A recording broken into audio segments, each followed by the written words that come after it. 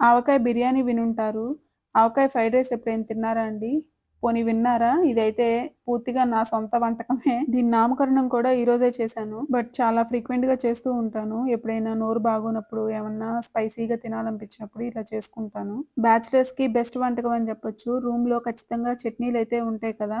ఇలా సింపుల్‌గా వైట్ రైస్‌లో అది వేడన్నమైనా, చల్లన్నమైనా ఏదైనా పర్లేదు.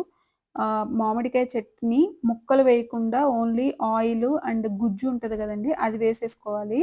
అది వేసుకొని కలుపుకొని పక్కన పెట్టుకొని, ఇలా జస్ట్ ఆయిల్‌లో 3-4 ఎగ్స్ బీట్ చేసుకొని, అందులోనే ఉప్పు, కారం అన్నీ వేసుకొని, ఒక్క ఆనియను అది వేగకూడదండి. కొంచెం పచ్చిగానే ఉండాలి. పచ్చిగా ఉంటేనే అన్నంలో తింటున్నప్పుడు తగులుతది. అందులోనే కలిపెట్టుకున్న రైస్ కూడా వేసి అంతా కలుపుకొని, అన్నం వేడెక్కేంత వరకి ఉంచి, తర్వాత స్టవ్ ఆఫ్ చేసి సర్వ్ చేసుకోవటమే. అంతే అండి. ఆవకాయ ఫ్రైడ్ రైస్ అయితే రెడీ అయిపోయింది.